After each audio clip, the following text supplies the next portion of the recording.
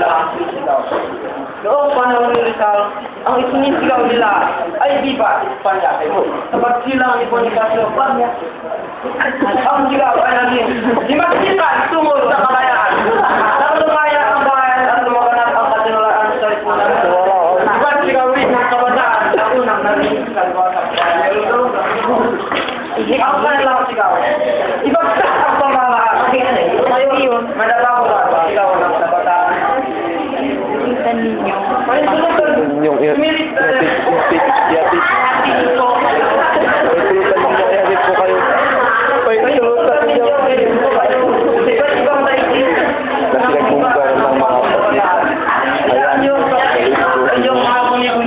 Ang mga nakakusilig na eksenang tinatalampakan ng mga estudyante o mga kabataan.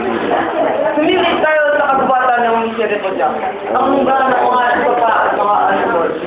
Ganito ang mga kabataan, buhay-buhay na puna at pagkakupan. Lahat ay dahil sa mapangalit yung epekto ng kopyo, mga mariwana. Saan napupunta? Saan napupunta ang buwan ng alamansis ng mga teenager na pinagpawisan ng magulang? Sa libro at gamit ba o sa kandungan ng mababangong agawgudan Diyos? Natututo ba ng mabuti ang mga teenager na babae o natututong magtanong rin sa madalas sa papel? Kayong mga nakinig, hinihintong kayo tumayo lang at ako'y tulungan sa pag-aanap. May nawawalang hiyas ang ating pinagbayan.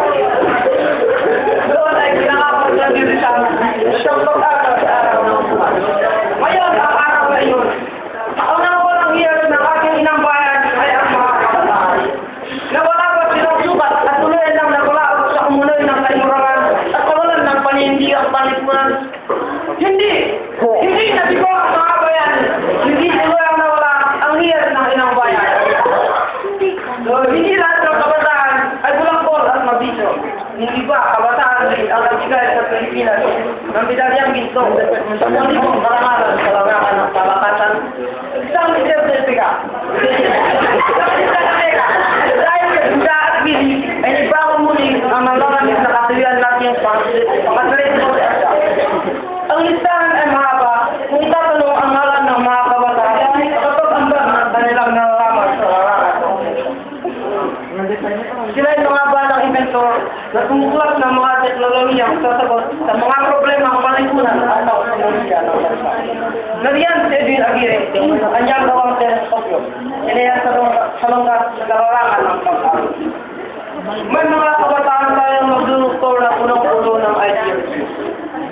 Nariyan si Gertrude Baron, isang babaeng mahusay rin sa pamamahayag. Ngunit pinilit niyang kumuha ng medisina sa kadahilan lang. Mas madaling maging mabuting doktor kaysa mabuting manulat. Hindi na sinabi. Mas madaling yumaman kung doktor ka kaysa manulat. Ang kailangan natin ngayon ay ang mentalidad na di pa kaibig na tulad ng sa kanya. Kung ano ang may tutulong ko sa kapwa ko. Maraming mga kabataang PDT ang puspusang kumikilos para maging tagparan ang programa ng gobyerno. Sa kabila ng nakakawang pag-agam-agam ng marami.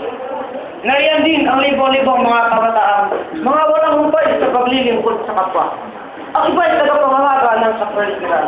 Matapat nilang binabantayan ang anumang katangkalantanan mula sa iba na dumisan ang pagpapaan. Kabataan! Lambes ang pinagpinutya ng mga nakatatanda sa iyo. Lambes ang pinagbintakan ng masma. Wala sa iyo ang idealismo ng mga nisuno mo. Immoral! Babaya! Ista-istambay! Patigat! Ang mga kurata na ito ilang tinatanggihan.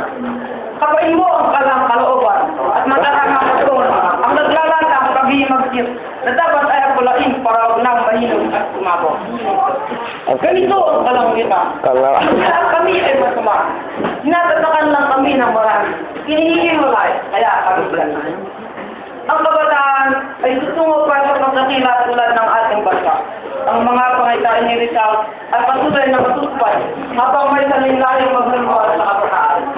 Habang may mga kabayan niyang apoy na biningan at nasabi ng buwan.